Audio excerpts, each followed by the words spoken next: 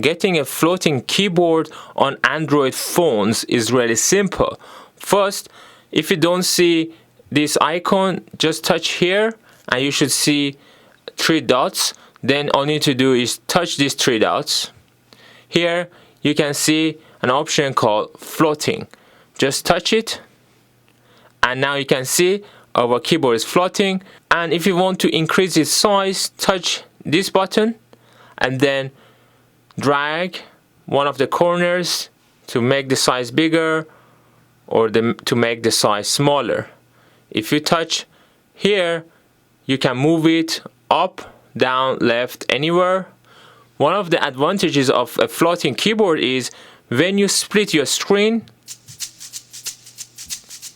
and you need an information from the screen below, the floating keyboard can be really handy, because sometimes the keyboard itself would occupy the whole space, so you can't really extract the information from the second screen on your phone.